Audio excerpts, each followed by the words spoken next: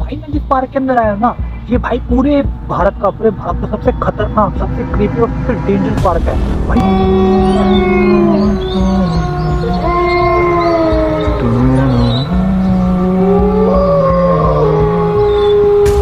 मैं ऐसा क्यों कह रहा हूँ, क्योंकि इसके बारे में ना बहुत सारे आपको इंटरनेट पे, सोशल मीडिया पे आपको बहुत सारी वीडियोस देखने को मिलेगी।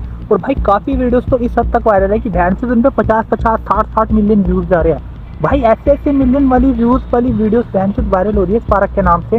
भाई ये लोकेशन, ठीक है, ये लोकेशन जहाँ पे मैं इस टाइम पे खड़ा हूँ ना भाई, रमेश नगर शारदापुरी का एक वाटिका पार्क के साथ में अटैच पार्क है, जिसके बारे में भाई बहुत तारीफें होती है।